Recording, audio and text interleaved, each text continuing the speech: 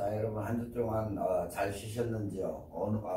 전 시간에 나잇에 대해서 배우셨는데 오늘은 풀프레임 대 크롭바디. 그러니까 여러분들이 카메라를 사실 때 어느 카메라는 1:1 바디가 있어가지고 풀프레임이라고 우리가 부르기도 하고 7D 아래급 쪽으로는 우리가 크롭바디라고 총칭을 하는데, 보통 여기에서 이제 여러분들이 헷갈려 가지고 뭘 사야 될지 거기에 대해서 오늘 이 시간에는 얘기하고 넘어가겠습니다. 자, 우리가 풀프레임이라는 그런 이미지 센서의 장점은 우리가 일단은 어떤 것이 있는지 그걸 알고 넘어가야 될 것 같아요. 그래서 우선 광각에서의 이점이 있다, 그렇게 얘기해요. 광각. 그러니까 광각 렌즈를 우리가 쓸 때에는 굉장한 이점이 있고, 예를 들어서 이 초점거리 10mm 초광각 렌즈로 우리가 임의적으로 사용한다고 할 때, 그때의 풀프레임은 10mm의 광각을 그대로 표현하지만 크롭바디는 15mm나 16mm의 그런 확대 해석이 된다는 거죠. 그러니까 자, 우리가 일예로 치면 광각렌즈 10mm짜리를 찍었을 때 이런 식으로 해서 이렇게 나와요. 근데 그것을 갖다가 크롭바디로 해서 찍었을 때는 어때요? 확대를 해가지고 이런 식으로 나오는 거죠. 그러니까 10mm대와 16mm대에 이렇게 똑같은 저거를 썼을 때 풀바디와 크롭바디는 이렇게 차이가 난다. 그래서 확대되는 우리가 사진을 이렇게 볼 수가 있기 때문에 그것을 감안해서 찍어야 된다는 얘기죠. 네. 그러니까 우리가 결론적으로 얘기를 해서는 풀프레임이 더 넓은 범위를 사진을 찍을 수가 있다는 거죠. 네, 크롭바디는 잘라먹기 때문에 보통 우리가 1.6 정도 잘라먹는다, 이렇게 보시면 돼요. 자, 여기에서 아웃포커싱을 보시면 지금 사진에 보시다시피 아웃포커싱 우리가 얘기하죠. 아웃포커싱이라고. 여러분들이 아웃포커싱 모르시는 분은 처음 들어보시는 분도 있을까요? 우리가 사진을 찍었을 때 아웃포커싱이라고 하면 뒷 배경을 이렇게 흐리게 나타내는 것을 갖다가 우리가 그것을 갖다가 사진에서는 아웃포커싱이라고 얘기를 해요. 네.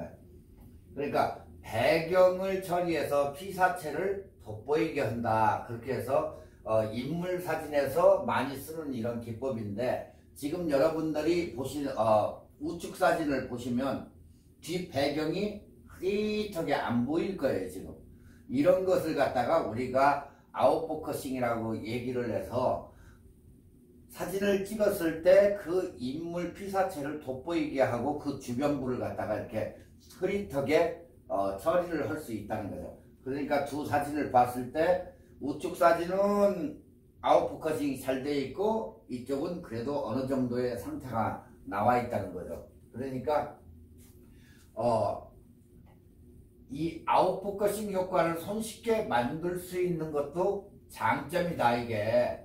그리고 조리개, 초점거리, 피사체와의 배경의 거리 등 모든 조건이 같을 때, 그럴 때에 아웃포커싱 효과를 더욱 극대화시켜 가지고 나타낼 수가 있다, 이런 얘기예요. 그러니까 우리가 이제 마지막으로 사진의 해상도가 높으며 고감도 촬영 시 노이즈가 적게 나온다. 예. 이는 센서의 물리적인 그런 크기 때문이죠. 센서의 물리적인 것 때문에.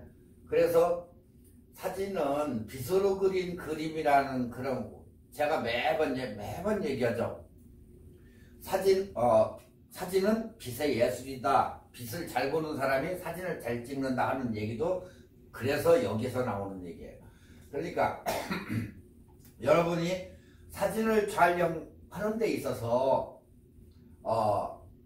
필름, 그러니까 즉 이미지 센서가 빛을 얼마나 정확하게 받느냐, 그게 굉장히 중요한 의미지. 뭐 좋고 나쁨을 떠나 가지고 이미지 센서가 굉장히 사진의 카메라에 있어서는 굉장히 중요한 한 부분이기 때문에, 그래서 풀 프레임은 빛을 받는 면적이 그룹바디보다, 전 시간에 배웠죠, 그룹바디보다 크기 때문에 어때요?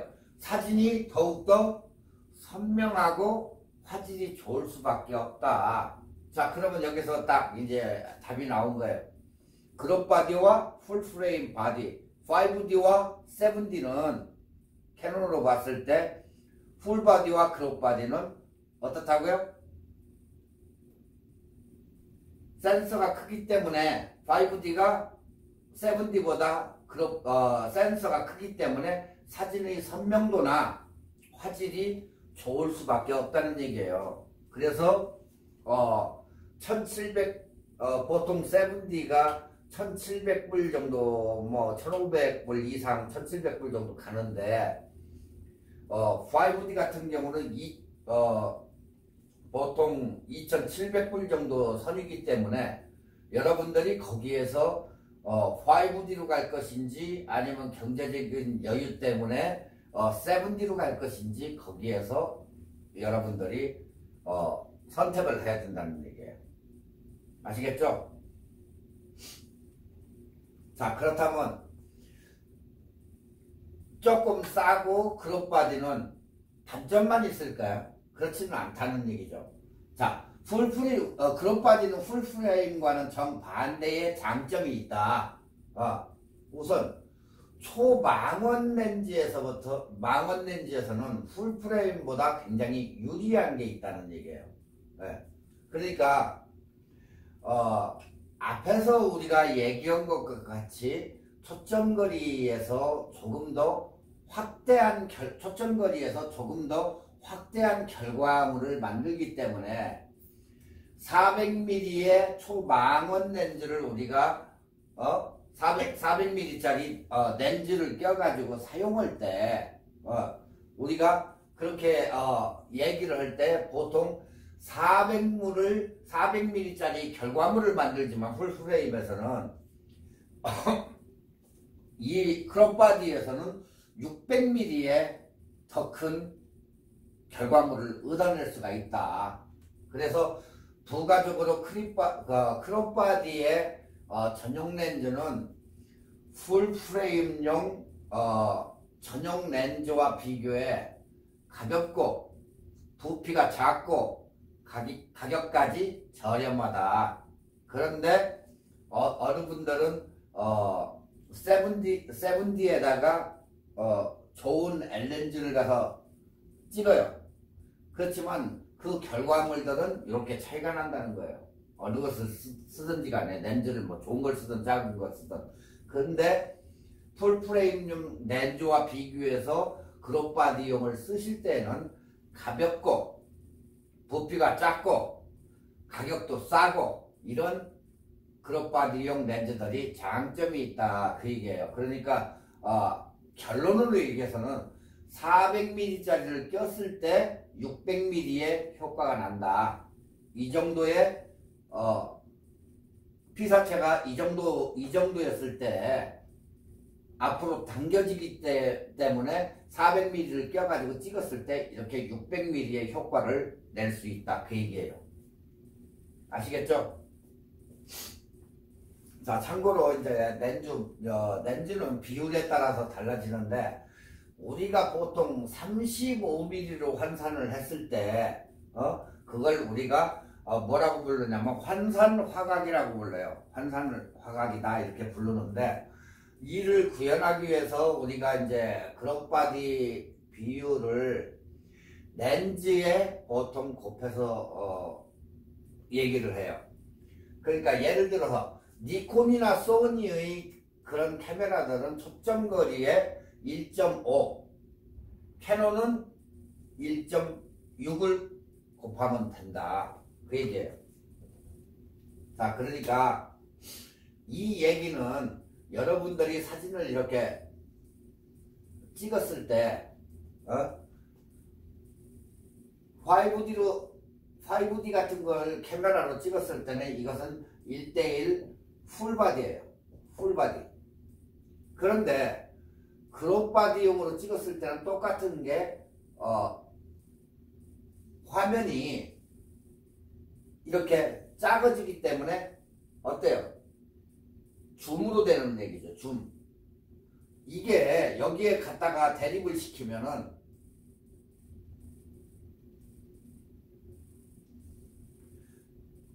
이 끝과 이 끝, 요 차이가 몇이라겠어요? 캐논은 1.6을 잘라먹는다 그 얘기예요. 그러니까 확대가 된다는 거죠. 이게 작으니까. 그렇지만 풀바디로 썼을 때에는 1:1 그대로 찍히기 때문에 전혀 그런 문제가 없으니까, 자, 이런 문제가 있을 때에는 1.6이 작아지기 때문에 여러분들이 단체 사진이나 이런 피사체를 딱 끝을 갖다가 저기다 맞춰야 되겠다 했을 때는 어때요? 더 잡아줘야 되겠죠. 확대가 되니까. 그러니까 1.6이 잘라먹고 줄어들기 때문에 더 넓게 찍어야 된다는 얘기예요. 나중에. 그러니까 여기 풀바디에서는 사람을 갖다가 끝까지 이렇게 피사체를 맞췄을 때는 그대로 들어와요. 결과물이 똑같이 들어오는데, 얘는 똑같이 맞췄을 때에는 어때요? 이 가해가 이렇게 잘라진다는 얘기예요. 이렇게 모든 게 잘라먹어지니, 이게 그룹이 돼서 없어지는 부분이기 때문에 어때요? 이것을 갖다가 더 축소시켜서 찍어야 되겠죠? 너무 여기 끝까지 하지 말고 요 정도로 해서 찍으면 이 공간이 요마직을 잘라먹어도 풀로 차겠죠? 바로 그 얘기예요, 저게. 그러니까 뭐 그룹바디 쓴다고 해도 아무 문제가 없기 때문에 여러분들이 그건 선택의 목인데, 뭐 경제적 여건이 좋으신 분들은 좋은 렌즈에다가 뭐 좋은 1:1 바디를 쓰셔도 되고, 그렇지 않은 분들은 이것만 감안을 하면 괜찮다 그런 얘기예요. 아시겠죠? 그러니까 소니나 나이콘은 1.5가 곱해가지고 되는 거고, 캐논은 1.6배가 곱해진다. 그러니까 확대가 된다. 그것만 항상 머릿속에 넣고 사진을 찍으시면 아무 문제가 없어요. 자, 렌즈뿐만 아니라 카메라 본체도 작고 가볍다. 왜? 그만큼 센서도 작고 하기 때문에 어때요? 렌즈가 가볍겠죠. 그래서 여러분들이 세븐디나 그 아래 거, 뭐 T3i 같은 거 이런 거 많이 캐논 이런 거 쓰시는 분들이 풀바디로 해서 바꿔가지고 하면 카메라가 약간 무거워진다 그 얘기예요. 그러니까 센서의 크기가 작기 때문에 미러박스, 인사이드의 미러박스나 셔터의 구동 유닛 이런 것이 크기가 작고 결과적으로 제품 전체의 크기도 작다. 게다가 카메라 제조사들은 많은 경우 크롭바디 제품을 우리가 보급형이라고 한다. 그래서 많이 보급을 해줄 수 있기 때문에 상대적으로 가격이 적다. 그걸 써보고 니네가 좋으면 5D를 사라. 그 얘기예요. 그래서 모든 사람한테 써볼 수 있게 해주기 위한 그런 카메라가 크롭바디다.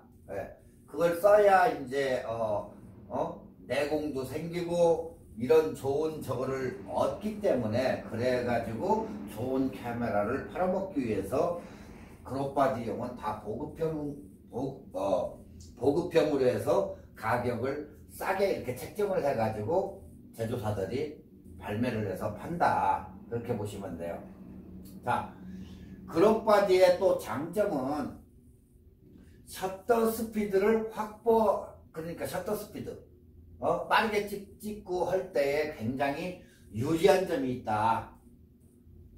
이것은 우리가 이제 이미지 센서의 물리적인 크기가 작기 때문에 그런 이점이 생긴다. 그렇게 생각하시면 돼요. 왜 그냥 작은 센서 때문에 풀프레임과 이렇게 비교해서 카메라의 프로세스가 처리해야 할 정보량이 적다. 왜? 이 얘기는 결국에는 5D 같은 경우는 이미지 센서가 이 스크린만 하기 때문에 그것을 센서를 처리하는 정보량이 많잖아요. 그렇지만 크롭바디는 요만큼 작기 때문에 어때요? 정보량을 처리하는데 굉장히 이득을 본다는 얘기지. 그래서 우리가 이 정보량이 적고 그러기 때문에 우리가 연사라고 하면은 한 장 사진을 찍는 게 아니고 여러 장. 그러니까 여러분이 뭐 골프를 이렇게 칠 때의 그 연속 동작 착착착착착착 찍는 게 이제 연사로해서 우리가 빠른 연사를 찍는다 이렇게 얘기하는데, 이러한 사진을 찍을 때 정보량이 굉장히 빠르기 때문에 어때요? 처리가 빠르기 때문에 빨리 찍히죠. 네. 그래서 최대 연사 속도를 유지시킬 수 있다 이 얘기예요. 그러니까 좋은 점도 있고 나쁜 점도 이렇게 있다는 얘기예요. 자, 그러면 크롭바디는 보급형만 있을까? 네. 앞서서 카메라 제조사가 이 크롭바디의 규격을 카메라 보급형으로 분명히 금방 많이 내놓는다고 이렇게 했어요. 근데 크롭바디 중에서도 고급형 제품이 있어요. 고급형. 네. 그게 바로 이제 1D 시리즈예요. 1D. 자, 캐논의 대표적인 게 이제 1D 시리즈예요. 가격이 높은 거. 1D 시리즈인데, 캐논은 과거 고급형 카메라를 분류를 할 때 1DS와 1D 시리즈로 나눠가지고 두 가지로 해서 이렇게 분리해가지고 제품을 내놨었어요. 근데 1DS 요즘에 나오면 X 시리즈 있죠. X 시리즈 1DX 하는 1DS가 이제 1D 요즘 나오는 X 시리즈인데, 이것은 풀프레임이에요. 풀프레임 1:1 바디에다가 이제 장착해서 사진을 해상력을 높인 스튜디오나 전문가용으로서 최고의 전문가용으로서 내놓은 제품이고, 1D 시리즈 1DS가 아니고 1D 시리즈는 1:1.3 크롭바디다. 크롭바디. 그래서 이미지 센서를 장착해가지고 연사 속도를 굉장히 빠르게 해놨어. 누가 사용한다? 우리 같은 이 사진 기자들. 연사 속도가 빠르야 되잖아요. 그러니까 국회의원이나 아니면 일반 저희가 스포츠 경기를 찍는다든가 할 때에 뭘 해요? 차차차차차 그거 연사로 막 찍을 때 여러분들 뉴스나 이런 데 보실 때 사진 찍는 거 보면 차차차차차 소리 나죠? 그게 바로 한 카트 한 카트 찍는 게 아니고 연사로 해서 찍는 거예요. 그러니까 그 사람이 스피치를 할 때에 차차차차 찍는 것은 동작 이게 계속해서 찍는 거예요. 거기에서 하나를 컷해가지고 신문이나 이런 데다 그 사진을 내는 거지, 한 장 찍어서 언제 그걸 한 장씩 찰칵찰칵 찍어요. 그러다가 만약에 실패하면 안 되기 때문에 그런 때는 연사 속도로 해가지고 찍을 때 뭐 상을 받는다든가 누가 뭐 학교 뭐 졸업식이나 이런 데서 상을 받을 때도 연사로 해서 찍으면 나머지 게 사진을 찍은 중에 사진을 잘못 찍어도 사진을 찍은 것 중에 두 번째나 세 번째 것이 꼭 산다는 거예요. 첫 번째는 실패를 해도, 그 뒤 것도 실패를 해도 그 중에 하나는 제대로 나온다. 그래서 우리가 1D 시리즈는 1대 1.3 크롭바디로 해가지고 고급형인데 이미지 센서가 작기 때문에 고급형으로 연사 속도를 높여가지고 프레스용으로 쓴다. 나중에 좋은 것 좀 돈이 있으니까 좋은 것 좀 카메라를 하나 사야지 하고 나중에 1D 시리즈 고급형 중에서 1D S가 있고 1D XD가 있는데 1D를 사용하면 똑같은 여러분이 쓰시는 크롭바디가 될 확률이 있기 때문에 이걸 알아보고 사야 된다 그 얘기예요. 그러니까 크롭바디도 저렇게 고급형이 있다는 거. 네. 어디에 쓴다? 기자용으로 많이 쓴다. 자, 물론 지금은 1D 시리즈와 1D S 시리즈가 지금에 와서는 이제 1D X로 한 개의 제품으로 통합이 됐어요. 그러니까 여러분이 뭐 이베이에서 중고를 산다든가 아니면 옛날 뭐 쓰던 거 우리 집에 있는데 네가 살래 해가지고 살 때에는 1D S인지 1D인지 봐야 되겠죠. 그래야 크롭바디인지 풀바디인지 알으니까.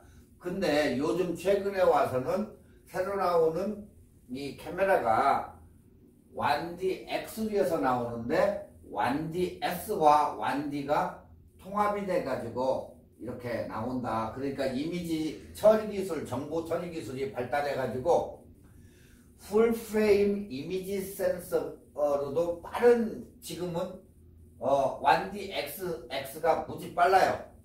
그러니까 옛날에 그렇게 이미지 저장 장치가 작게 해가지고 정보력을 갖다가 빨리 이렇게 했는데 지금 이게 발달이 되다 보니까 풀프레임을 갖다가 빠르게 만들어 가지고 화질과 이런 것을 더 높여놓은 거예요.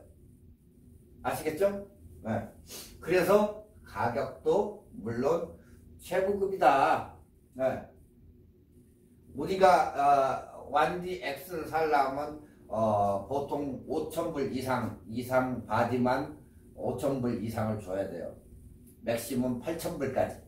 5,000불에서 8,000불 그 이제 사이인데 그 정도의 가격으로서는 캐논의 최고급이 아니고 최고봉 탑 그 이상의 카메라는 없다 이렇게 보시면 돼요.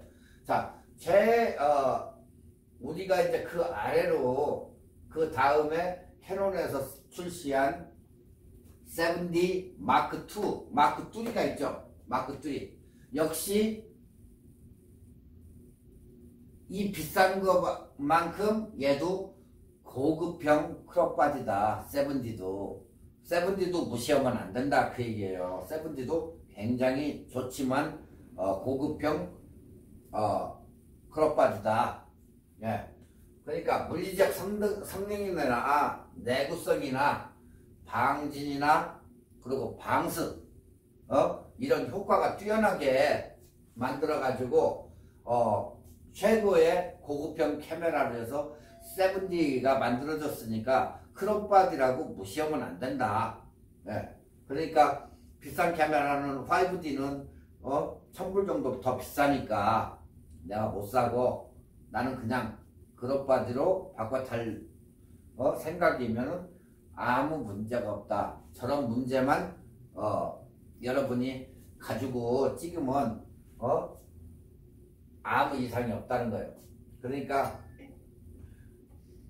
7D도 고급형 카메라이기 때문에 크롭바디 이미지 센서를 통해 가지고 전체적인 가격을 이렇게 내려놓은 게 7D이기 때문에 크롭바디를 써도 아무 문제는 없다.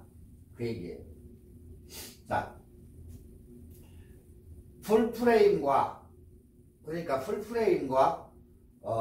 크롭바디는 사용하는 렌즈도 다를까? 아까 약간 얘기했죠. 어떤 분은 풀프레임에다가 크롭바디용 렌즈를 끼는 분도 있고 어떤 분은 7D에다가 풀프레임 L렌즈를 끼시는 분도 있어요. 지금 이제 그 얘기예요. 자, 풀프레임 그룹 바디는 각각의 이미지 센서에 최적화된, 그러니까 그 7D 그룹 바디에 최적화된 렌즈, 또 5D의 풀프레임에 최적화된 렌즈, L렌즈겠죠, 그럼. 네. 자, 거기에 캐논에서 이제 그걸 나눠놨어요. 얘네가. 자, 우리가 얘기하는 풀프레임 렌즈를 캐논에서는 EF 렌즈라고 이렇게 총칭을 해요. EF.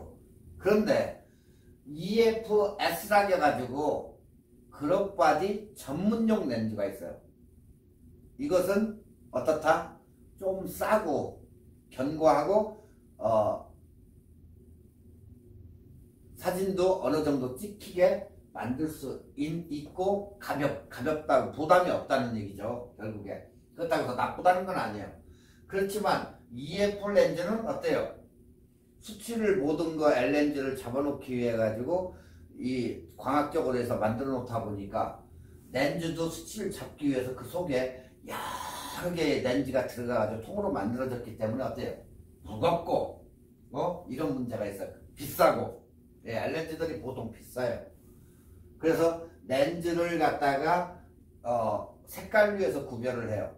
L렌즈 같은 경우는 붉은색으로 이렇게 선이 들어가 있고 EF 렌즈들은 옐로 컬러로 이렇게 구비를 해놓고 이런 식으로 해서 구별을 해놔가지고 캐논에서는 EF 렌즈군과 EFS 그룹 바디용 렌즈가 있다는 거 이해되시죠? 자, 그러면 나이콘의 경우는 FX로 이제 FX로 표기가 되는데 그것은 FX는 풀 프레임 렌즈다 여기도. 예. 그리고 DX라고 나오는데 DX는 그룹 바디용 나이콘 렌즈다. 자, 여기에서 이제 예전에 보면은 캐논도 자기네 자체에 렌즈가 없었어요. 이 나이콘 렌즈를 갖다가 니콘 렌즈를 갖다가 쓰다가 우리도 렌즈 시장에 한번 들어가 보자 해가지고 그때부터 만들어낸 게 이 EF 렌즈하고 EFS 렌즈하고 이 캐논도 렌즈를 출시를 한 거예요. 그래서 완전히 이제 딴차를 같이 이렇게 탄 거죠. 나이콘은 나이콘대로, 캐논은 캐논대로. 렌즈는 캐논 렌즈가 나이콘에 비해서 약간 비싸다.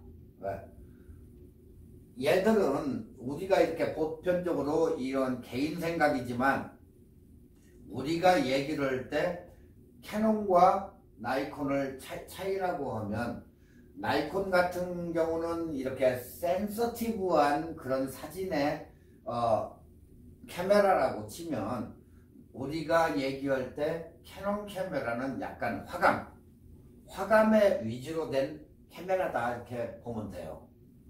그래서 캐논 렌즈들은 이 컬러 쪽에는 얘가 못 따라오고 또 센서티브한 쪽은 얘를 못 따라와요. 그래서 그 장단점이 있는데 여러분들이 그것을 선택을 해서 나이콘으로 가든지 아니면 캐논으로 가든지 여러분의 그 목에 그렇기 때문에 어느 걸 사용해도 상관은 없지만은 그런 이점과 단점이 있다. 그리고 여기에 더해 가지고 하나의 소니가 707 모델과 717 모델 후속으로 해서 알파 시리즈를 내 가지고 렌즈를 이제 교체를 할 수 있게 똑같이 만들어내 가지고 소니와 나이콘과 캐논의 3파전이에요. 보편적으로 큰 회사를 봤을 때는 그 외에도 하셀브라더도 있고 펜텍스도 있고 올림푸스도 있고 많지만 보편적으로 많이 쓰는 렌즈가 카메라가 캐논과 나이콘과 소니다. 소니도 잘 찍혀요. 사진은 그렇게 우습게 볼 적은 아니에요. 자 그러면 이 렌즈들이 과연 서로 호환이 가능할까? 당연히 가능하죠. 왜? 렌즈 부분을 접합시키는 그 마운트가 있어요. 마운트. 그러면 그 마운트를 사가지고 끼면 렌즈가 사이즈도 맞고 하기 때문에, 자, 렌즈와 카메라 본체 결합하는 부분, 우리가 마운트, 그걸 마운트라고 부르는데, 규격이 같으면 연결할 수가 있다. 규격만 같으면 얘가 여기다 끼고 얘 L렌즈를 갖다 얘가 7D에다 끼고 다 규격이 같기 때문에 아무 이상이 없다. 네. 풀프레임용 렌즈를 그룹바디 카메라에 연결을 해서 무리 없이 사용할 수도 있고, 또한 그룹바디 전용 렌즈를 풀프레임에 연결을 하면 사용할 수 없다. 네. 자, 쉽게 얘기해서 얘의 풀프레임의 카메라를 얘한테는 그룹바디에는 사용할 수가 있다. 그렇지만 얘 것은 풀프레임에다가 연결해서 사용할 수가 없다. 그 얘기예요. 자,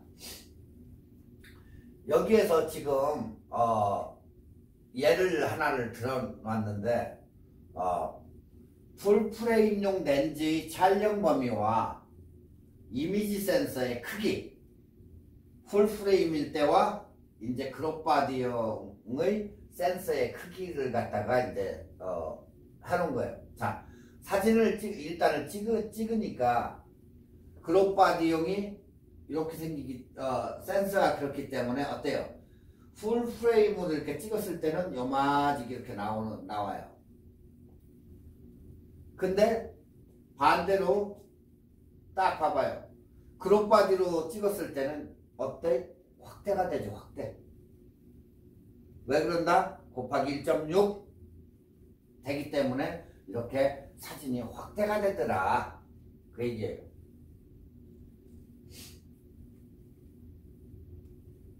자, 여기에서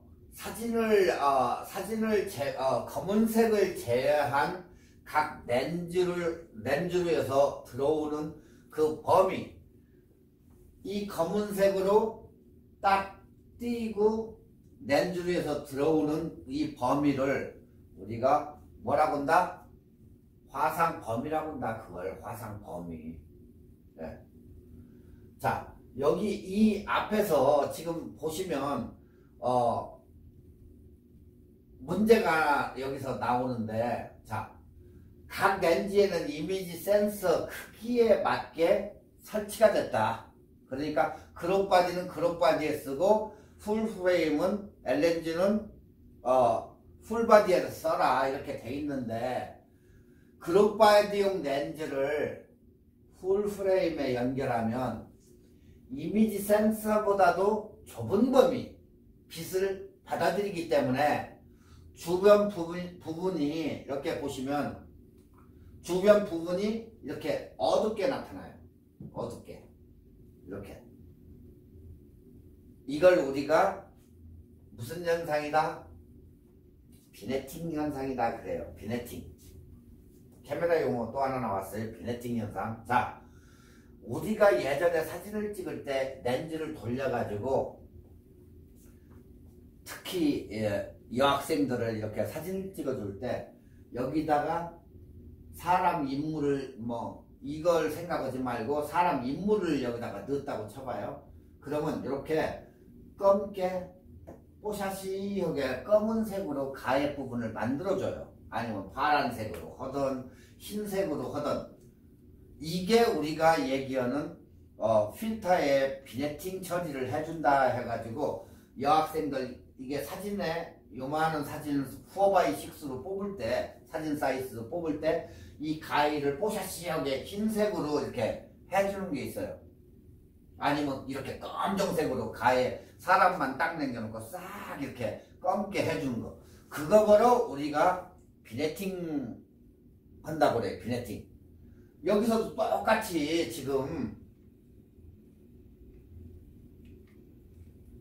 똑같이 그룹바디용을 갖다가 그룹바디용 렌즈를 풀프레임 1:1 바디에 껴가지고 찍으니까 자동적으로 어두운 영역이 그냥 발생하면서 비네팅 현상이 생기더라 그 얘기예요.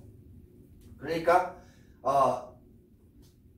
굳이 전문 프로그램에 가가지고 여학생을 비네팅을 시켜줄 그런 저희가 없으신 분들, 이런 때에는 그룹바디용 렌즈를 풀프레임에다 껴가지고 딱 찍었을 때는 자동으로 비네팅 현상이 생긴다는 거야. 검은게. 그러면 굳이 소프트웨어에서 비네팅을 시킬 이유가 없다는 거지. 하나의 아이디어가 여기서도 탄생이 돼요. 아시겠죠? 그러니까 풀바디용을 갖다가 그룹바디용 렌즈를 갖다가 풀바디에다 딱 끼고 찍었더니 가해 쪽에 요렇게 이 가해 쪽에가 검게 생기는 부분을 갖다가 우리가 비네팅 현상이라고 이렇게 얘기를 한다. 그런 게 생기더라 그 얘기예요. 네. 물론 비네팅 현상은 올바른 렌즈를 사용해도 나타난다.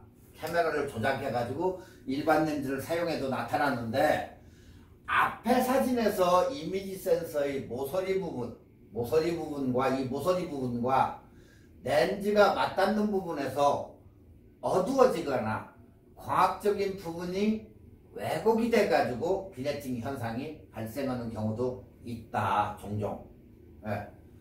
반대로예요.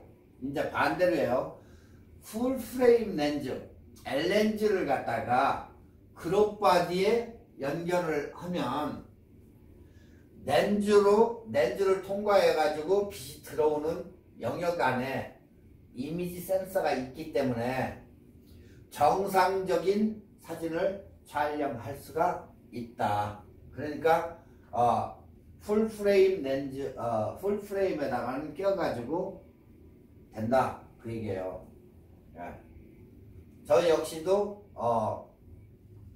L렌즈, 그러니까 L렌즈 7D를 가지고, 카메라가 7D가 있는데 7D에다가 렌즈를 고급형을 갖다가 풀프레임 L렌즈를 갖다가 끼고 써요. 내가 다음 시간에 그 카메라를 한번 보여드릴게요. 7D에다가 풀프레임 렌즈를 끼고 찍어요. 항상 아무 문제가 없어요. 그렇기 때문에 지금 그 얘기예요. 그렇지만 반대로 할 때는 비네팅 현상이 생긴다 그 얘기고. 네. 그리고 7D에서 L렌즈를 쓸 때에는 절대 비네팅 현상이 안 나타난다는 거. 네. 정상적으로 찍을 수 있다. 단 1.6 곱하기가 줄어든다는 거, 그것만 참고해서 찍으면 아무 그룹바디도 L렌즈를 써도 이상이 없다. 그러면 나중에 여러분이 카메라를 또 하나를 구입할 때 뭐 5D로 가든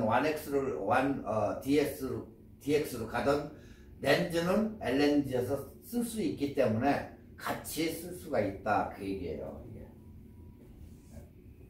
자, 다만 풀프레임 렌즈는 가격이 상대적으로 비싸니까 이렇게 사용하는 사람은 거의 없다. 왜? 싼 렌즈, 그룹바디에다가 싼 렌즈 끼는 사람이 거의 많지. 저 같은 경우처럼 풀렌즈 걸 사가지고 그룹바디에 껴가지고 무겁게 그러고 다니는 사람이 없다는 거예요. 자, 그러면 왜 그렇게 하느냐? 나중에 풀프레임을 살려고 하니까 그렇게 껴가지고 찍다가 풀프레임을 사는 거예요. 그러니까 보통 저 같은 경우는 풀프레임 카메라에 망원 렌즈를 달고 70에 200mm짜리 망원 렌즈를 달고 7D에다는 24에 70mm 정도를 달고 아니면 50mm를 달고 카메라를 2개를 넣고 그러고 찍으러 가요. 두 개를 가지고. 그러니까 여러분이 만약에 뭐 도심에서 찍는다고 할 때는 이제 딴 데다 관광렌즈를 부착을 시킨다든가 해가지고 가겠지만, 일단은 저 같은 경우는 24에 70mm 망원렌즈 하나에다가 보통 좀 작은 거 바꿀 수 있는 것들을 거기다 장착 관광렌즈를 쓰던 아니면 뭐 50mm를 쓰던 이런 식으로 해서 쓴다는 거예요. 네. 그래서 저는 EF S렌즈 크롭바디용 렌즈가 거의가 아니고 없어요. 아예 크롭바디용에다도 풀 프레임 렌즈를 쓰기 때문에 거의 EF S렌즈 크롭바디용 렌즈는 제가 가지고 있지 않다. 네. 자, 지금까지 우리가 풀 프레임과 크롭바디의 차이점과 장단점을 이제 알아본 거예요. 네. 결국 카메라는 뭐가 있어요? 일장일단이 있어요. 이렇게. 즉 여러분이 여러분의 예산에 따라 가지고 마음에 드는 제품을 구입하는 거지. 뭐 내가 돈이 여유가 있어 가지고 좋은 제품을 사면 완디도 사고 아니면 풀프레임 아무거나 이렇게 고를 수가 있지만, 근데 여유가 없다 그러면 풀프레임 사가지고 찍어도 전혀 무방하다는 거예요. 네. 아시겠죠? 그 얘기예요. 네. 풀프레임만 해서 뭐 좀 작아들고 작기 때문에 일찍 저희가 들어온다는 거, 그런 거밖에 없어요. 굳이 뭐 비싸게 주고 살 이유도 없고, 그렇게 생각되시는 분들은 크롭바디를 사면 되고, 나는 경제적으로 여유가 좀 있다 하시는 분들은 5D 아니면 다른 풀프레임 바디를 사시면 된다, 그 얘기예요. 이게 이제 여러분들이 지금까지 크롭바디와 풀바디의 장단점을 알아보니까, 저럴 때는 저렇게 비네팅 현상이 생기고 왜곡 현상이 생기는구나 하는 것도 알았고, 렌즈에 들어오는 화상의 범위도 이제 알으셨고, 또 어떻게 찍는다는 것도 알았고, 캐논은 EF 렌즈가 풀바디의 렌즈고 크롭바디 렌즈는 EF S구나 하는 것도 이제 여기서 알았고, 나이콘의 경우는 FX가 풀프레임 렌즈고 DX라고 써있는 것은 크롭바디용 렌즈구나 하는 것을 이제 여러분들이 여기에서 다 아신 거예요. 그리고 크롭바디는 풀바디의 1.6이 확대가 된다, 잘려 먹는다는 거, 확대가 된다. 네. 그래서 센서가 크롭바디는 작기 때문에 받아들이는 센서가 작기 때문에 연사류에서 찍는 스피드, 정보 처리 능력이 굉장히 좋기 때문에 연사류 해가지고 찍는 게 굉장히 빠르다. 그래서 어디에 쓴다? 프레스용으로 많이 쓴다. 근데 예전에는 프레스용으로 썼는데, 프레스용도 고급형 완디가 있었는데, 요즘은 완디와 지금 나오는 S를 갖다가 통합을 해가지고 현재의 완디 X가 하나로 통합해가지고 굉장히 카메라가 좋게 만들어져서 나온다는 거. 네. 이제 아시겠죠? 지금 이것을 갖다가 다 여러분들한테 해드린 거예요. 단 생각을 이렇게 한번 해봐야 될 게, 풀바디는 센서가 크기 때문에 빛을 받아들이는 용량이 많기 때문에 사진이 선명도나 이런 게 좋고, 반대로 크롭바디는 이미지 센서가 작기 때문에 빛에 받아들이는 그게 적기 때문에 사진이 뭐 아주 나쁘다는 건 아니고 5D보다는 약간 품질이 떨어진다. 그런 장단점이 있다. 그 얘기예요. 이제 아시겠죠?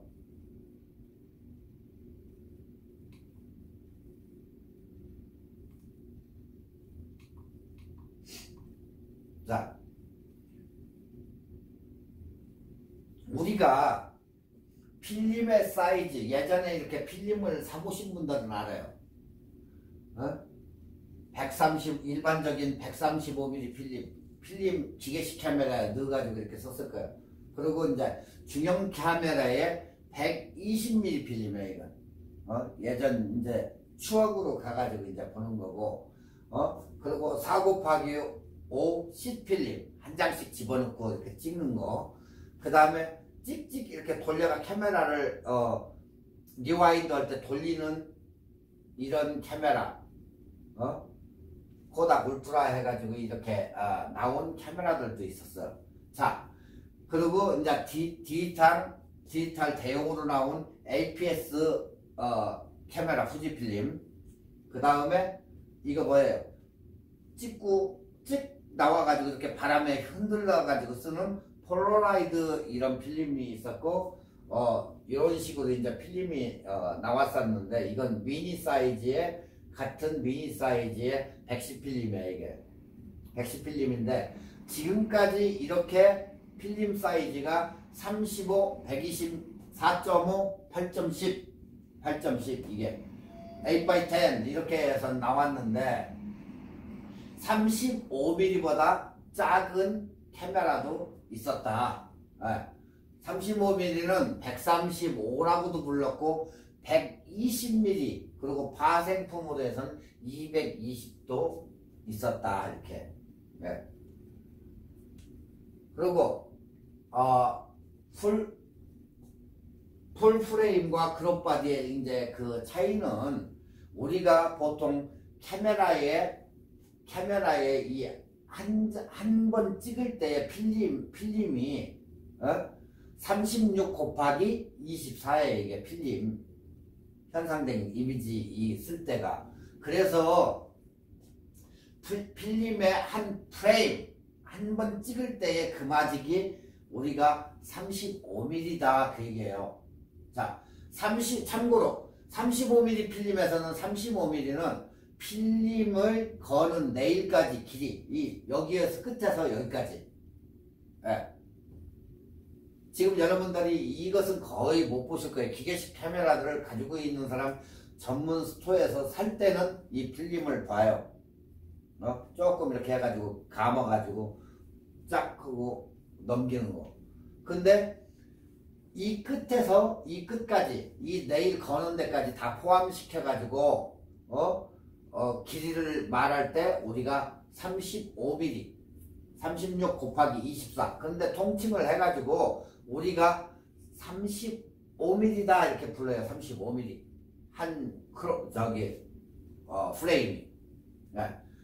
그러면 크롭바디란 이름 그대로 풀 프레임 이미지 센서를 잘라낸 그러니까 그런 이미지 센서다. 그래서 이제 막 우리가 이제 이 카메라를 할 때 보면 그 센서가 뭐 크기가 APS-C다. 카메라 할 때 보면 그 밑에 쭉 이름이 나오는데 거기에서 이제 크기가 APS-C, 종횡비가 35mm 필름 같으며 크기는 약 1.5에서 1.6, 나이콘은 1.5, 캐논은 1.6 작다. 그 얘기예요.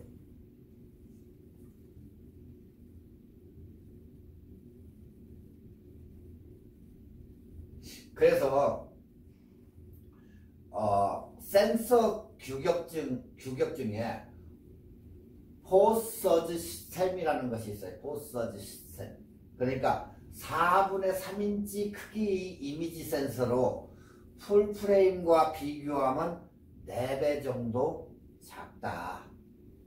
이렇게 4배 정도 작아진다. 그러니까 확대가 된다 그 얘기예요. 그룹 바디는.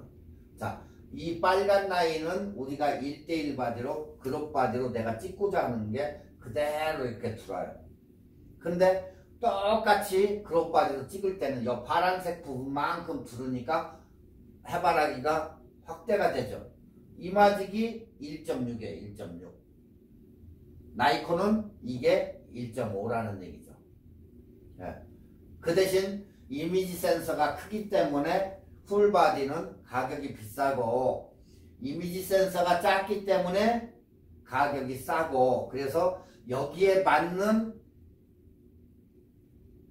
렌즈를 개발하고 여기에 맞는 렌즈를 개발하다 보니까 이게 EF 렌즈, 풀바디는 EF 렌즈고 여기에는 EF S 렌즈가 맞다. EF, 그러다 보니까 가격이 싸고 견고하지만 가격이 싸고, 여기는 견고하지만 가격이 비싸고, 요 차이가 있다는 얘기예요. 그러니까 확대한 배율이 제일 큰 문제는 가격이 문제고, 두 번째는 확대 비율도 이렇게 달라진다. 그래서 이제 나중에 35mm를 크롭 바디에 꼈을 때는 50mm가 되는 거예요. 50mm가. 네. 그러면 인물 사진용을 갖다가 85mm짜리를 꼈을 때는 어때요? 위로 올라가겠죠. 그것도. 그 당시에 크롭 바디에다가 L렌즈를 갖다 꼈던 뭐였던 올라가요. 이렇게 50mm를 꼈어. 자, 크롭 바디에다 50mm 렌즈를 딱 꼈어요. 그리고 찍으려고 딱 했더니 확대가 되다 보니까 몇 mm짜리가 되느냐? 50mm가 85mm짜리가 돼요. 35mm짜리는 50mm가 돼요. 그렇지만 그 렌즈를 갖다가 다시 풀바디로 가니까 똑같이 35mm는 35mm, 85mm는 85mm 이렇게 되는 거예요. 85mm 끼면 135mm가 되겠죠. 그런 식으로 해서 확대가 된다, 이렇게 그 얘기예요. 자, 이제 여러분들 홀프레임과 크롭바디 이제 아시겠죠? 뭘 사야 할까? 여러분의 선택에 목여 있고. 네. 오늘 여러분들 이제 확실히 풀프레임과 크롭바디는 완전히 배우신 거예요. 이제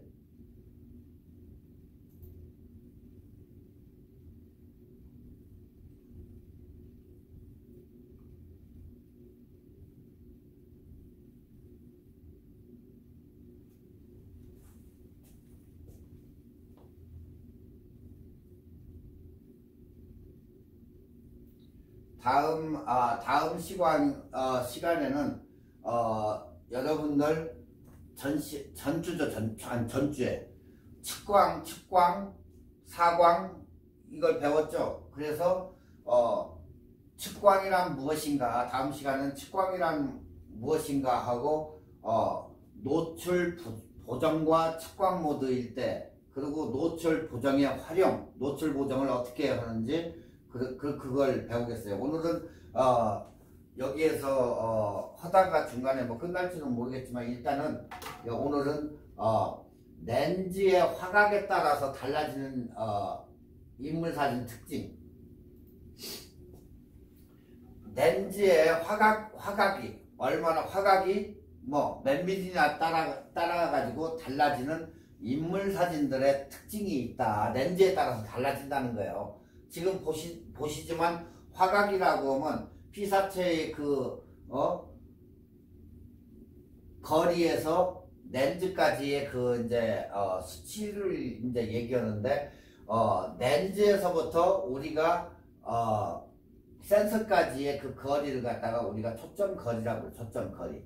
그래서 뭐 여기에서 이제 광각이니 줌이니 표준이니 여기서 이제 따지는 건데, 그 화각에 따라서 15mm 화각일 때와 50mm 화각일 때와 100mm, 200mm, 여러분이 항상 그래서 전 시간에도 렌즈에 대해서 그 미리수나 여러분들이 뭘 사야 되는지 그거에 대해서 이제 알아본 거예요. 자, 여기에서 초점과 화각이 이루는 것을 예술이라 뭐 렌즈다 이렇게 얘기하는데, 초점거리와 화각에 따라서 엄청나게 차이가 많다는 거예요. 네. 그래서 렌즈의 역할은 광학적인 초점의 결상이다, 그렇게 얘기해요. 광학적인. 네. 이러한 상이 어떠한 형태로 나타났는지 순전히 그 렌즈의 초점거리와 조리개의 구경, 선택에 따라서 광학적인 배경 흐림도라든가 그런 거에 따라 흐림도에 따라서 그게 굉장히 결정적으로 크게 좌우된다, 그 얘기예요. 그래서 렌즈 표기에는 항상 초점 거리와 최대 조리개의 개방 구경치 이런 게 항상 렌즈에 그게 표기가 돼요. 여러분이 렌즈를 사면 뭐 f2.8, IS, USM, IS 흔들림 방지가 돼 있고 울트라소닉 모터가 들어가 있다. 그래가지고 그 F 값이라든가 이런 거 수치가 렌즈에 딱 포함이 돼 있어요.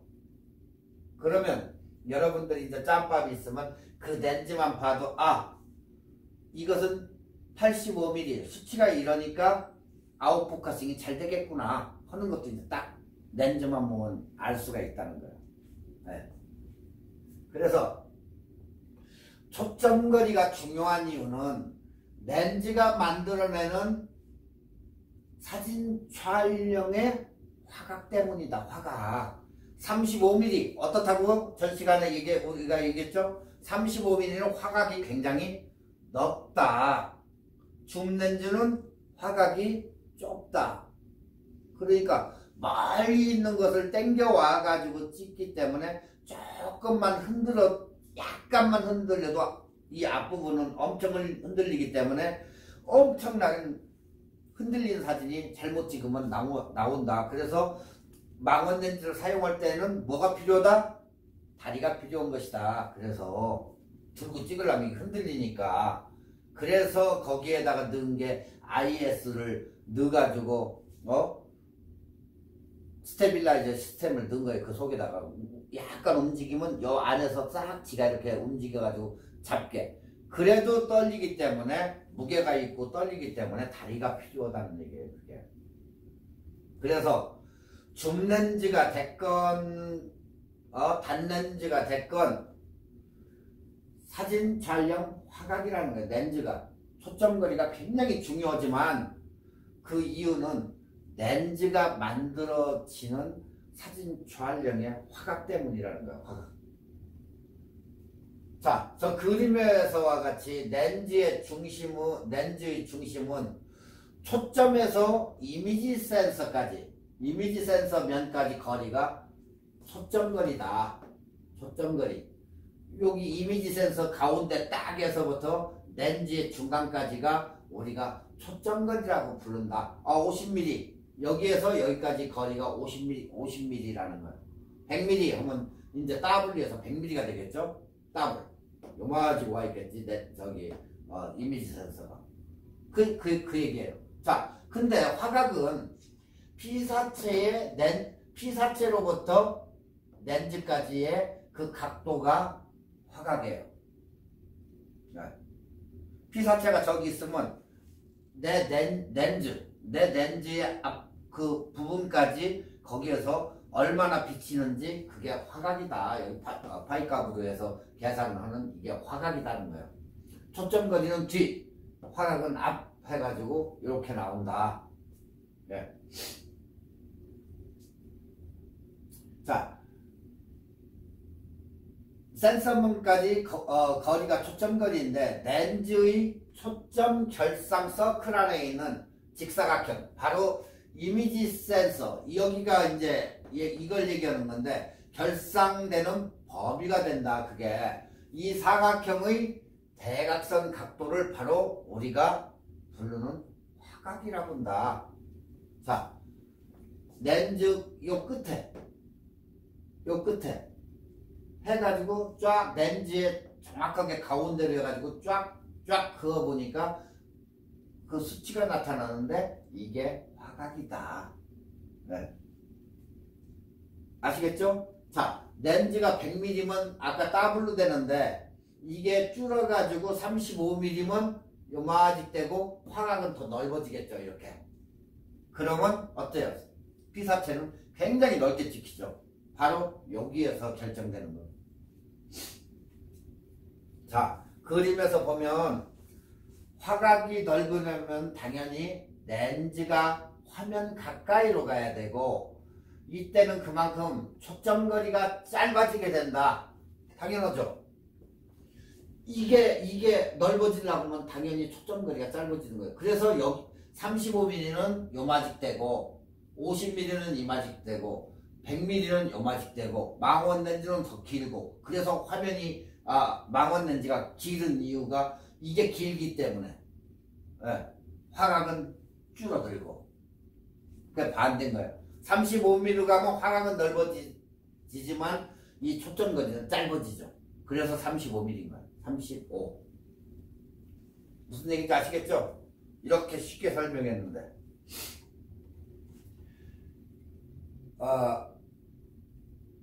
그만큼 초점거리가 짧아지게 되고 반대로 화각을 좁으려면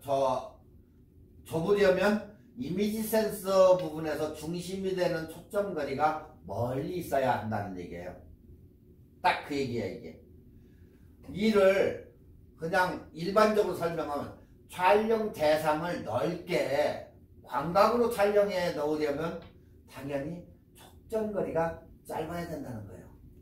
그리고 멀리 있는 피사체는 앞서 얘기했듯이 길어야 된다. 초점거리가. 그래야 이게 화각이 좁기 때문에 길고 초점거리가 길고 그래서 망원 렌즈가 된다는 얘기예요. 아시겠죠? 그러니까 망원 렌즈는 결국에는 그래서 화각이 줄어들 수밖에 없다는 거예요. 멀리 있는 걸 당겨야 되기 때문에. 그래서 초점거리가 50mm인 렌즈의 화각은 약 우리가 46도로 봐요. 46도. 그러니까 사람의 우리가 눈으로 보는 시각이 똑같아요. 46도. 50mm가 사람의 육안으로 볼 때에 그 정확하게 맞아떨어진다 해서 우리가 뭐라 부른다? 표준 렌즈라고 부른다. 네. 왜? 분명히 각도는 46도인데 왜 그럼 46이라고 불러야지 왜 50mm라고 부릅니까? 그렇게 하시는 분도 있어요. 46도가 정확하지만 46이라고 하기가 뭐니까 그냥 통칭 우리가 50mm라고 하자 해가지고 50mm가 된 거예요. 그걸 46도인데 왜 이렇게 부릅니까? 얘기하면 안 되고 46도지만 almost 비슷하니까 그냥 부르고 쉽게 표준 렌즈 50으로 통칭하자 해가지고 이렇게 된 거예요. 네. 그래서 50mm를 우리가 표준 렌즈라고 부르고 35mm 정도를 무슨 렌즈라고 부른다? 화각이 좋은 광각 렌즈라고 불러요. 광각. 광각 렌즈로 부르고 80mm 이상을 망원 초점을 가진 망원 렌즈라고 부르는 거예요. 그래서 여기에서 표준 렌즈와 이렇게 표준 렌즈와 50mm 광각 렌즈와 망원 렌즈가 여기에서 나온다. 이렇게 세 개가. 자, 여기에서 그러면 80mm 이상이 망원 렌즈로 들어가면 우리가 인물 사진 찍는 단렌즈는 85mm인데 그러면 왜 그건 망원 렌즈라고 안 부르고 왜 단렌즈라고 부릅니까? 하는데 원래는 망원 렌즈 끼가 있는 85mm 인물 렌즈다 이렇게 얘기를 해요. 그것도 원래는 망원 렌즈로 들어가기는 그렇지만 우리가 그냥 단렌즈로 부르죠 그걸. 근데 망원기가 있다 그 얘기예요. 자, 망원도 이제 80mm 이상이 망원인데, 망원 렌즈도 중망원이 있고, 대망원이 있고, 초망원이 있다. 아시겠죠? 왜? 300mm, 막 700mm 올라가면 올라갈수록 초망원으로도 있다. 네. 엄청 넓은 거. 자, 여기에서 화각에 따라 가지고 인물이 달라진다 하니까 왜 그럴까 하는데, 여기 지금 여러분이 보세요. 화각에 따라 가지고 렌즈의 화각에 따라 가지고 어떻게 달라지는가, 여기에 보면 어떻게 돼 있어요? 렌즈별로 8mm 때에는 PCI 스타일이기 때문에 눈이 톡 튀어나왔으니까 어때요? 눈이 이렇게 톡 튀어나오니까 화각이 이쪽도 보이고 이쪽도 보이고 다 보이는 거야. 이게 딱이 맞이게. 왜? 렌즈도 볼록 이렇게 튀어나왔어요. 왜 PCI라고는? 물고기 눈이 툭 튀어나왔다 해가지고 PCI라고 부르는 거예요. 어안 렌즈. 물고기 눈 닮아서. 그래서 PCI 렌즈인 거예요. 그게 물고기 렌즈. 그 다음에 광각 렌즈에서 24mm 렌즈를 보니까 이렇게 생겼어요. 이게 브라운 컬러. 어때요? 8mm 때에는 180도예요. 화각이. 24mm 때 보니까 84도가 되더라. 네. 확 줄어버리죠. 자, 표준 렌즈 때 화각을 보니까 46mm더라. 46mm. 이렇게 46mm의 화각이 되고, 135mm 렌즈를 갖다가 딱 보니까 18도, 200mm는 12도, 500mm는 5도의 화각이니까 화각 거의 이게 없는 거지. 한 사람만 딱 집어오는 거죠. 이런 식으로 해서 화각이 변하더라는 얘기예요. 자, 여기에서 렌즈를 갖다 놓고 사람을 이제 찍어요. 가까이 렌즈에 화각이 딱 보니까 이렇게 퍼져. 이렇게 퍼질 때에는 보통 우리가 거리가 가깝다 이렇게 얘기도 하지만, 사진을 찍어 놓으면 심도가 깊다 해도 그래요. 35mm 짜리나 50mm 아래로 찍으면 선명도가 거리가 가깝게 가서 찍을 수 있기 때문에 심도가 굉장히 깊어져요. 근데 거리가 멀면 멀수록 심도가 얕다. 우리가 사진 용어로 해서 심도 찍힌 상이 짱 하고 나타나왔으면 심도가 깊다 하고 얘기해요. 근데 흐리멍텅하게 아웃포커싱이 이런 사진이 되면 심도가 얕다. 왜? 화각이 줌으로 해서 멀리 갈수록 어때요? 심도가 흐릿해지겠지. 근데 가까운 거, 얘들로 해서 여기 50mm 아래짜리 얘들로 찍으면 엄청나게 깨끗하고 선명도 있게 나온단 말이에요. 자, 그럼 뭘로 찍어야 되겠어요? 자, 여기 교회 다니시면서 저처럼 이렇게 교회에서 사진 찍고 하시는 분들 50mm 우위로 찍어야 되겠어요? 사진이 심도가 얕은데? 그래도 사진을 빼가지고 사진 잘 찍네 하려고 하면 초이스를 50mm 아래쪽으로 해야 된다는 거예요. 그러니까 교회 같은 데는 보통 우리가 번들 렌즈를 써요. 24mm부터 70mm까지. 자, 땡겨가지고 찍을 때에는 우리가 70mm를 저기서 망원으로 해서 땡겨가지고 찍을 때는 어때요? 약간 흐릿해. 네. 근데 24에 70이기 때문에 24mm로 찍을 때는 깨끗하게 잘 나와. 그것도 조리개를 확 줄여가지고 찍을 때 엄청나게 선명하게 나와. 바로 그 차이에요. 조리개를 쪼였을 때에는 엄청나게 사진이 선명하게 나오지만, 조리개를 갖다가 열어가지고 찍을 때에는 이렇게 심도가 얕은 사진이 나온다. 자, 여러분들 그냥 우리가 저 멀리 있는 사람을 이렇게 쳐다볼 때 눈으로, 네? 눈으로 저 멀리 있는 사람 누군가 하고 볼 때 눈을 자꾸 약간 찌그러지죠. 그러면 더 잘 보여. 근데 말짱하게 눈을 크게 뜨고 보면 어때요? 심도가 얕아지는 거예요. 뿌옇게 크게 떠봐야 한번.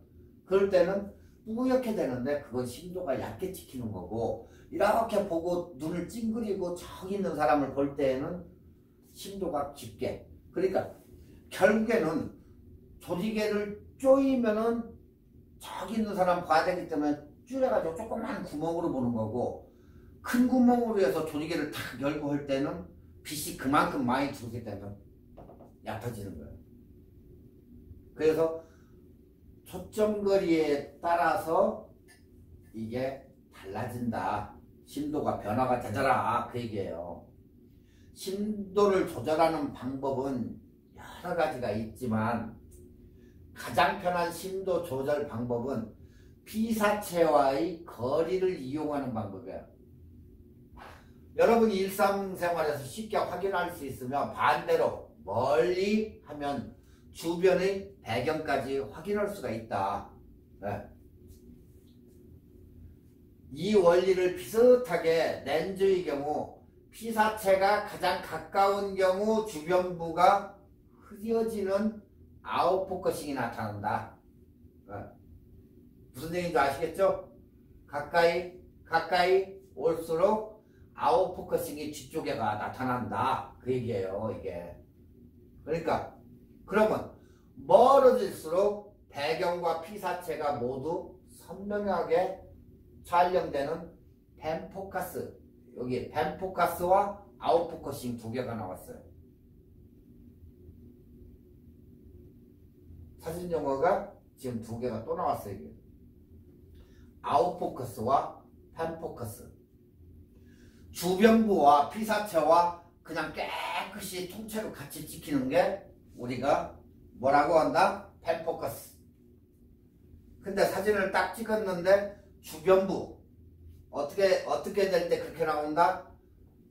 렌즈의 경우에도 피사체가 가까운 경우, 피사체가 이렇게 가깝게 찍을 때 주변부가 아웃포커싱이 된다. 무슨 얘기인지 아시죠? 24mm나 50mm나 이런 걸 쓰니까 피사체가 가깝게 세워놓고 딱 찍으니까 아웃포커스가 뒤에 나타난다. 그 얘기예요. 네. 근데 멀어질수록 피사체 모두가 같이 깨끗이 찍히는 펜포커스가 되더라. 자, 여기에서 우리가 이거에서 알 수 있듯이 우리가 풍경사진을 찍으려고 할 때 몇 미리를 가져간다? 이쪽을 가져가기도 하지만은 보통 35mm, 24mm 풍경사진을 가지고 찍으려고 할 때는 여기서 놀아요. 여기서 그냥 멋있게 보이기 위해 가지고 135mm, 200mm 저거는 가져갈지 몰라도 멀리 있는 것을 갖다가 당겨서 내가 찍기 위해서 200mm가 필요할 수는 있어요. 그렇지만 풍경사진 내추럴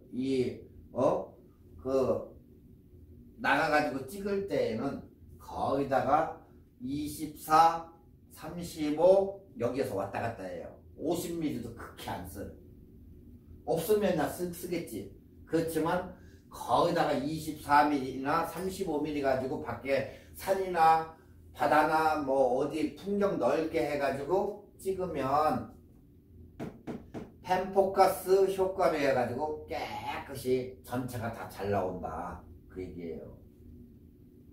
이걸 몰라가지고 저거니까 가서 맨날 저거니까 사진도 흐리멍텅하게 나오고 하는데 바로 이러한 이유가 있기 때문에 초점거리에 따라 가지고 이게 달라지더라.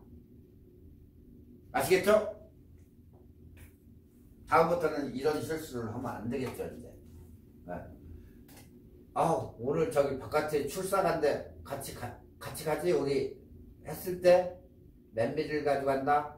24mm나 35mm 광각렌즈를 가져가면 굉장히 깨끗하고 펜포커스로 굉장히 사진을 선명하게 잘 찍을 수 있다. 그 얘기예요, 이게. 자, 그래서 렌즈별로 해서 화각의 변화를 이제 이렇게 알아본 거예요. 다음. 자, 초광각의 렌즈에 3총사가 있어요. 여기는 지금 그림이 빨간색이기 때문에 EF 풀바디용 렌즈예요, 이게. 근데 초광각의 3총사? 50mm 아래쪽으로는 표준 렌즈는 50이니까 아래로 내려가서는 35mm, 24mm, 뭐 14mm 뭐 이쪽으로 가겠지 이제. 자, 딱 보니까 얘는 24mm 닿는지야. 광각 렌즈죠. 자, 얘는 35mm. 방금 전에 얘들을 가지고 어디 간다? 소풍 간다.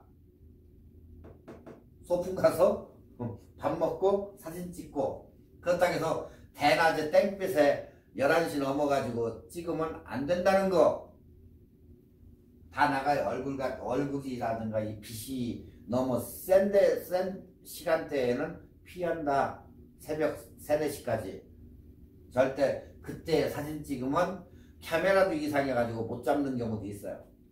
빛이 너무 많이 들어와서.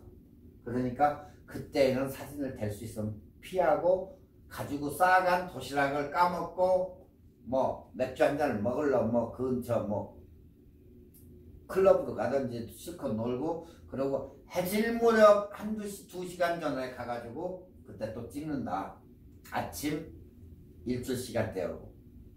자, 여기에서 초광각으로 뛰어난 성능을 가진 광각렌즈 세 종류인데 첫 번째가 24mm 그 다음에 35mm. 보통 35mm를 나도 좋아하지만 보통 여러분들도 여기를 좋아할 거예요. 35mm 35mm 그 다음에 16에 35mm 16에서부터 35mm까지 될 수 있는 거. 얘는 잘 되겠죠. 왔다 갔다 하니까. 그렇지만 얘들은 그냥 닿는지 그냥 하나의 통째로 24mm 하나의 통째로 35mm. 얘는 16에 35 표기가 16에 35 16에서부터 35까지 찍을 수 있다는 35mm. 자, 왼쪽 1번 세계 최고의 넓은 화각을 가지고 있으며 11에 24 얘가 세계의 최고의 화각을 가지고 있으며 EF 풀바디 렌즈로서 최초로 ASC 신기술 이거예요. ASC 신기술 두 개의 렌즈면에 SWC 적용이 되었고 또한 고스트와 플레이어 수치를 최소화한 렌즈다. 그러니까 말 그대로 똑같아요. 우리가 이제 뭐 고스트가 나타나니 뭐 이런 얘기가 있어요. 이게 사진 용어인데 그런 수치를 최소화한 그런 렌즈라는 거예요. 자, 그러면 여러분이 살 때 16mm도 찍고 35mm도 찍는다? 그러면 얘들 둘 필요 없이 이거 하나면 되는데 당연해요. 그렇지만 카메라 이제 사는 사람들의 특징이 다 이렇게 전체적으로 쓸 수 있는 걸 좋아하는 사람이 있는가 하면 이렇게 하나씩 24, 35 이렇게 구별해서 쓰는 사람도 있고 그게 다 달라요. 그렇기 때문에 그것은 여러분들이 초이스에 나름이에요. 자, 여기에 렌즈를 이렇게 보니까 L렌즈들은 여러 개 렌즈가 들어가서 UD 렌즈도 들어가고 해가지고 이렇게 비구면 렌즈도 들어가고 연삭 비구면 렌즈도 들어가고 해가지고 수치를 최대한으로 만들어 놓은 렌즈예요. 이 L렌즈들이. 그렇지만 16에 35가 1번이 최고의 11에 24 F4 LUSM 세계 최고의 이 11에 24mm가 최고라는 거야, 최고. 자, 어떠한 줌렌즈도 구현 못하는 11mm의 화각의 세계를 구현해준다. 이 렌즈가 EF 11mm에서 24mm, F값은 4, 뭐 2도 아니야 얘들처럼. F2가 아닌 얘들은 다 거기다가 뭐 1대 1.4 뭐 이런 식인데, 얘는 11에 24mm, 그것도 F값이 그다지 깨끗한 렌즈도 아닌 F4 정도 되는 L렌즈인데 세계의 최고급 초광각 렌즈다 이게. 그래서 어떠한 줌 렌즈도 구현을 못 하는데 얘는 구현을 해낸다. 11mm의 화각의 세계로 여러분을 초대할 수 있는 그런 사진이 된다. 화각이 얼마나 넓어요? 엄청 넓죠. 그리고 지금 이 사진을 전체적으로 보면 11mm, 여기 금까지 딱 했을 때는 24mm, 두 개를 비교를 해놓은 거예요 지금. 그래서 요마지게 차이가 있더라. 그렇게 아시겠죠? 시간이 많이 넘어가는데 오늘은 다음 시간에 이 광각렌즈 삼총사에 대해서는 11에 24mm는 이렇게 세계에서 최고 좋은 렌즈가 있다는 거. 두 번째 14에 14mm에 대해서 이제 설명을 하고 넘어가겠습니다. 여러분 오늘 수고하셨어요. 다음 시간에 뵙겠습니다.